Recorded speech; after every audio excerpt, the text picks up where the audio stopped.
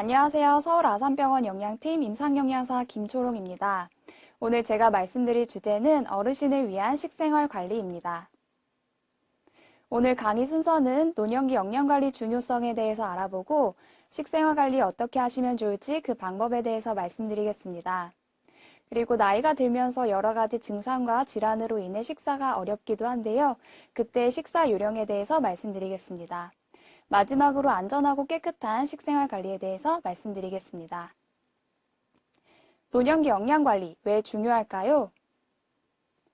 나이가 들어가면서 우리 몸에는 자연스러운 노화 현상이 나타나고 여러 가지 신체적 환경적으로 변화가 있을 수 있습니다. 어떤 변화들이 있을 수 있을까요? 미각이나 후각 등 감각 기능이 떨어지면서 더 짜게 먹게 되고 입맛이 잘 느껴지지 않다 보니 식사를 통한 즐거움이 줄어들기도 합니다. 다양한 질환과 약물 복용으로 인해 입맛이 없어지기도 하고 치아에 문제가 있을 경우 정상적인 식사가 더욱 어려워질 수 있습니다. 의치가 있다 하더라도 씹는 능력이 많이 떨어지기 때문에 음식이나 식품을 선택하는 데 있어서 제한이 있을 수도 있습니다. 소화기관이 약해져서 소화가 잘 안 되거나 하는 문제로 식사량이 줄어들기도 합니다. 근육과 뼈가 약해지고 골다공증이 많이 발생하기도 합니다. 기운이 없어서 누워만 있거나 신체 활동이 많이 부족해질 수 있고 식사 준비하기가 많이 힘들기도 합니다. 이처럼 노년기 영양 문제는 한 가지 원인보다는 여러 가지 다양한 원인들이 복합적으로 발생하는 경우가 많습니다.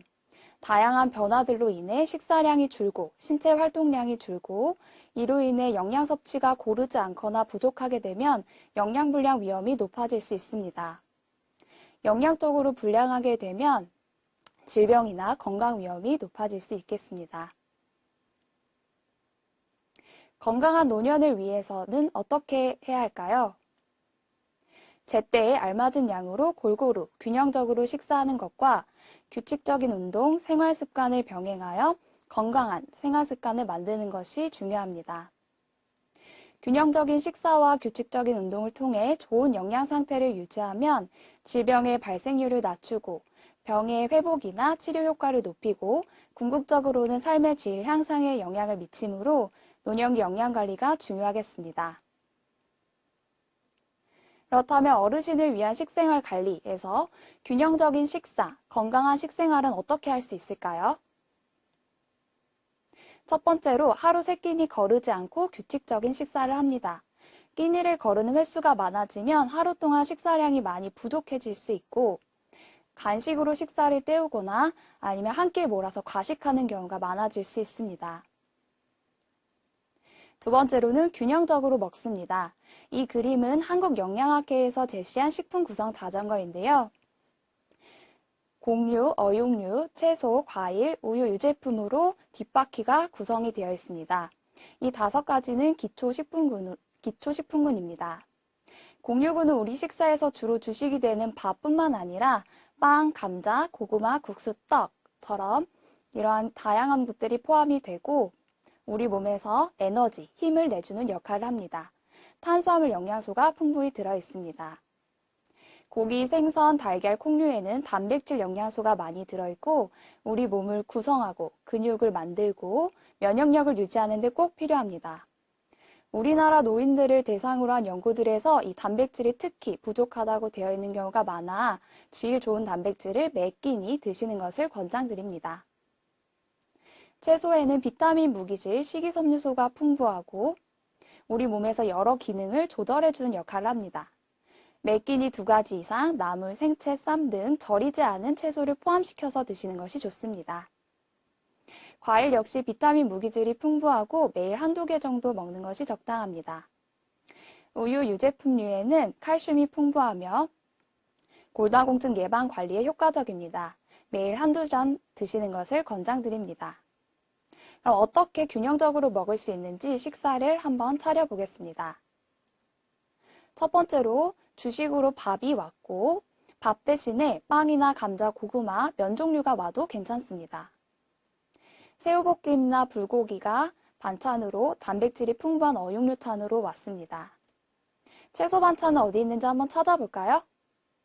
국에 넣어서 드시는 것도 채소고, 나물로 드셔도 채소고, 쌈채소나 샐러드로 이용하셔도 좋습니다. 색깔마다도 영양소가 다양하다고 하니 예쁘게 놓고 드시면 가장 좋겠습니다. 근데 꼭 이렇게 반찬이 많아야지만 골고루 균형적으로 먹는 걸까요? 꼭 그렇지만은 않습니다. 간단하지만 균형적으로 먹는 방법에 대해서 알려드리겠습니다. 보통 밥에 김치랑만 드시거나 장 놓고 드시거나 국 놓고 많이 드시죠. 국 하나를 끓이시더라도 시금치, 두부, 된장국처럼 두부를 조금 더 많이 넣어주세요. 밥에 물만 말아서 드셨을 때보다 영양소나 단백질이 많이 높아질 수 있습니다. 간단한 계란 요리를 할 때에는 계란 후라이보다는 계란 채소 볶음처럼 집에 있는 채소를 같이 볶아주세요. 여기에 치즈 한 장을 더 추가하면 열량과 영양소가 많이 높아질 수 있습니다. 밥에 국 하나 또는 반찬 하나만 놓고 드셔도 앞에서 보여드렸던 자전거에 곡류, 어육류, 채소를 모두 포함시켜서 드실 수 있고 균형적으로 드신다라고 할 수 있겠습니다. 세 번째로는 간식으로 과일과 유제품을 먹습니다. 과일은 비타민, 무기질, 식이섬유가 풍부하고 제철 과일의 영양가가 제일 많다고 하니 제철 과일로 챙겨주시면 좋겠죠? 우유, 두유, 요플레가 포함된 유제품 중에서는 어떤 걸 드셔도 상관이 없고 매일 한두 개 정도 드시기를 권장드립니다. 칼슘이 풍부하게 들어있습니다. 그런데 혹시 우유만 드시면 속이 부글부글해요? 아니면 설사해요? 불편해요? 하시는 분들 계실 수 있습니다. 우유 속에 유당이라는 성분이 잘 소화 흡수가 되지 않았을 때 그런 증상이 있을 수 있는데요.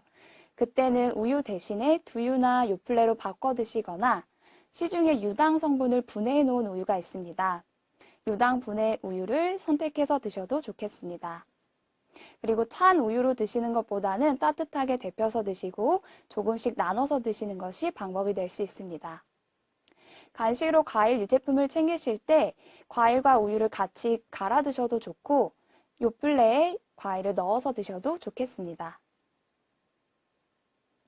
네 번째로는 물을 충분히 마십니다.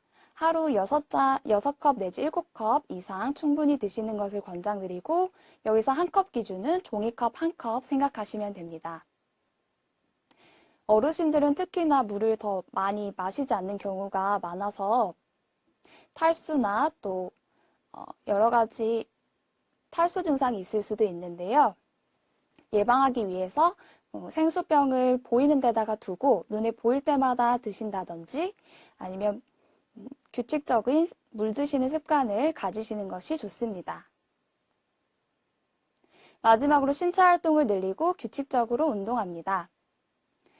규칙적인 운동은 식욕을 돋궈주기도 하고 소화불량이 있을 때 도움이 되기도 합니다. 이렇게 골고루 균형적으로 드시고 충분한 물 섭취와 규칙적인 운동으로 자전거를 완성할 수 있습니다.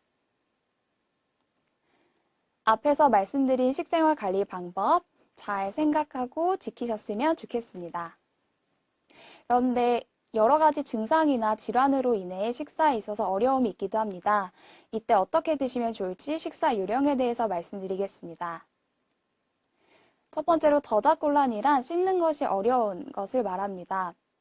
이때는 방법이 내가 편하게 먹을 수 있는 형태로 조리하는 것입니다. 그림처럼 갈아서 드시거나 다져서 드시거나 아니면 푹 무르게 익히는 부드럽게 조리하는 형태를 이용해 보실 수 있습니다. 고기를 드실 때는 결체 조직이나 힘줄처럼 질긴 부분은 제거해 주시고 생선도 껍질이나 가시는 제거합니다.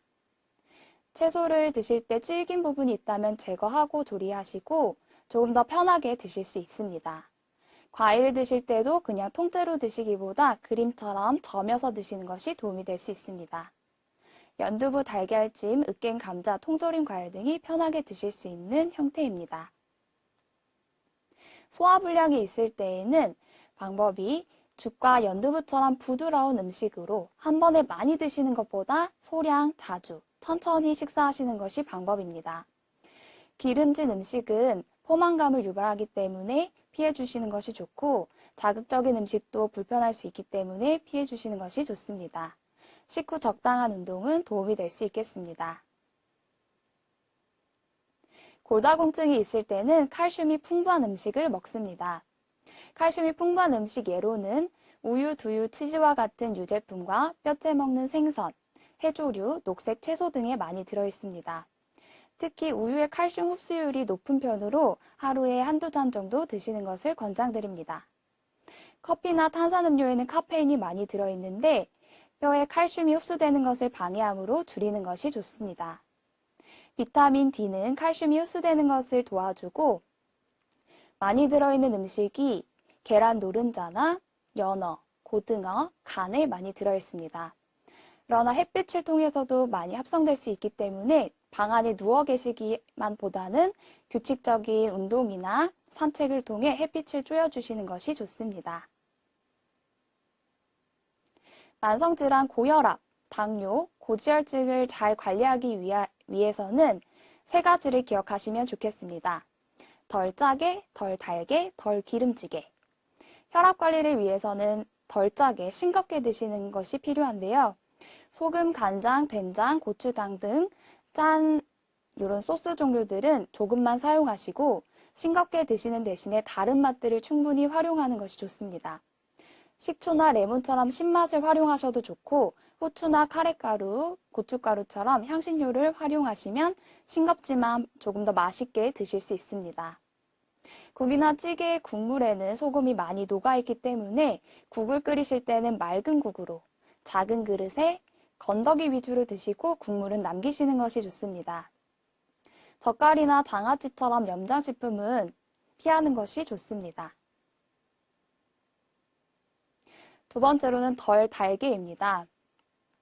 달달하고 달콤한 사탕은 맛있지만 혈액 속의 혈당을 빠르게 올릴 수 있습니다. 그래서 혈당 관리가 필요하신 분들은 삼가하시는 것이 좋고 덜 달게 드시는 방법은 설탕 대신에 올리고당을 적게 사용하거나 무나 양파와 같은 채소로 단맛을 내줍니다.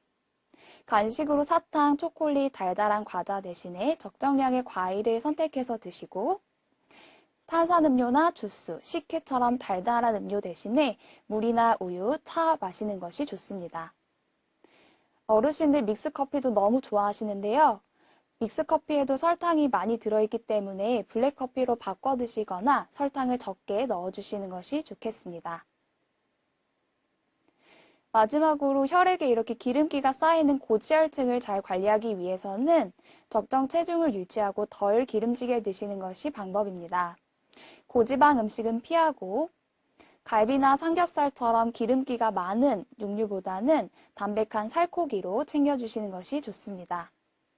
튀김이나 전, 볶음류는 아무래도 음식할 때 기름이 많이 사용되기 때문에 구이나 찜, 조림, 삶기 방법을 이용하시면 좋겠습니다. 마지막으로 안전하고 깨끗한 식생활 관리도 너무 중요합니다.